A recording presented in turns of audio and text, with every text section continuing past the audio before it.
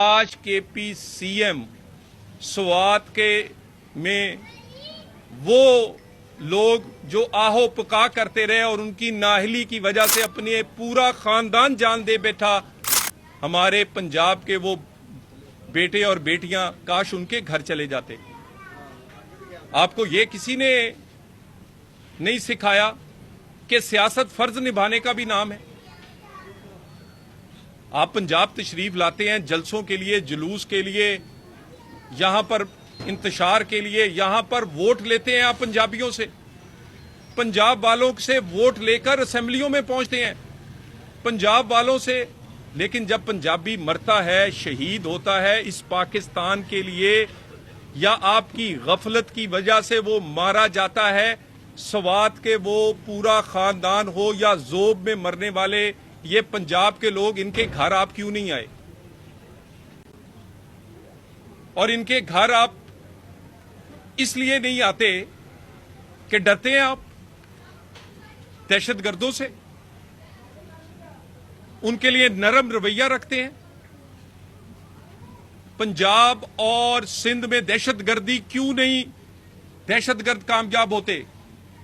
ادارے بنے ہوئے ہیں، سیف سٹیز ہیں، فورینزک لیبز ہیں، سی ٹی ڈی ہے، کاؤنٹر ٹیررزم کے ادارے ہیں، ہمارے جوان ان کو ان کی کاروائی سے پہلے گردن سے دبوچ لیتے ہیں۔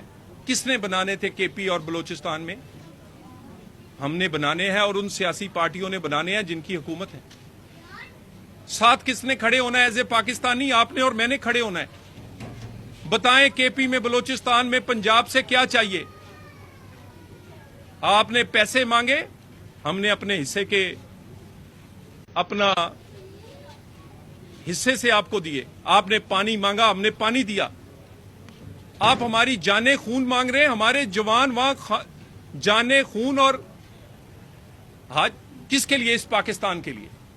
اس پاکستان کی میں سیاست کرنے والے سلمان اور قاسم، وہ جس کے گھر میں رہتے ہیں وہ گولڈ سمتھ ہے۔ گولڈ سمتھ کون ہے؟ اسرائیل سے کیا تعلق ہے؟ تحریک چلانے سے پہلے یہ بتا دیں کہ بانی P T I Salman Qasim کسی نے جب اسرائیل نے ایران پہ حملہ کیا یا اسرائیل کے ڈرونز پاکستان آتے رہے، کسی نے اس کی مذمت کی؟ کیوں آپ کی زبان نہیں کھلتی؟ اور سی ایم کے پی، کیوں دہشت گردوں سے آپ ڈرتے ہیں؟ کیوں ہمارے شہیدوں پنجابیوں سے ووٹ لیتے ہیں، پیسے لیتے ہیں، سیاسی طور پہ استعمال کرتے ہیں، جب وہ شہید اپنی جان دیتے ہیں ان کے گھر کیوں نہیں آتے آپ؟ کون آئے گا؟ کون ان کو دلاسا دے گا؟ پاکستانی بننا ہے ہمیں۔ ہم پنجابی، پشتون، بلوچی، سندھی، کشمیری، گلگتی بعد میں ہیں، ہم پاکستانی پہلے ہیں۔ انشاءاللہ تعالی یہ ملک کلمے کے نام پہ بنا ہے۔ پاکستان کا مطلب کیا؟ لا الہ الا اللہ۔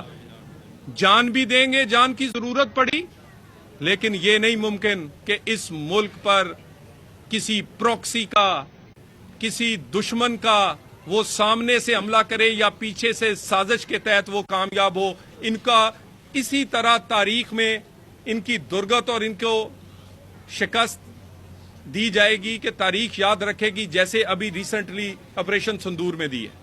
بہت شکریہ، بہت مہربانی۔ یہ بتائیے کہ بلوچستان میں ایک عام آدمی جو ہے، پنجاب کا ہو یا سندھ کا ہو، وہ جانے سے ویسے ہی ڈر رہا ہے، کیونکہ وہاں پہ جو ریسنٹلی دہشت گردی کے واقعات ہوئے ہیں عام سویلینز کے ساتھ، وہاں پر بھی فیصلہ کن آپریشن جو ہے ہماری فورسز کیوں نہیں کر رہی؟ جب آپریشن سندور کے حوالے سے آپریشن ہوا تھا، پوری قوم نے بیک کیا اور انڈیا کو وہاں پہ بڑی بری شکست ہوئی۔ یہ چند دہشت گرد ہیں، ان کے خلاف فیصلہ کن آپریشن کیوں نہیں ہو رہا؟ دیکھیں، آپریشن کوئی نیا آپریشن نہیں، ضرورت نہیں، نہ نیا آپریشن کرنے جا رہے ہیں۔ آلریڈی کاروائیاں چل رہی ہیں، کائنیٹک بھی اور نان کائنیٹک بھی۔ روزانہ کی بنیاد پر ہماری سیکورٹی فورسز جو کسی بھی رنگ کی وردی میں ہیں، وہ 150 کے قریب آپریشن کرتی ہیں۔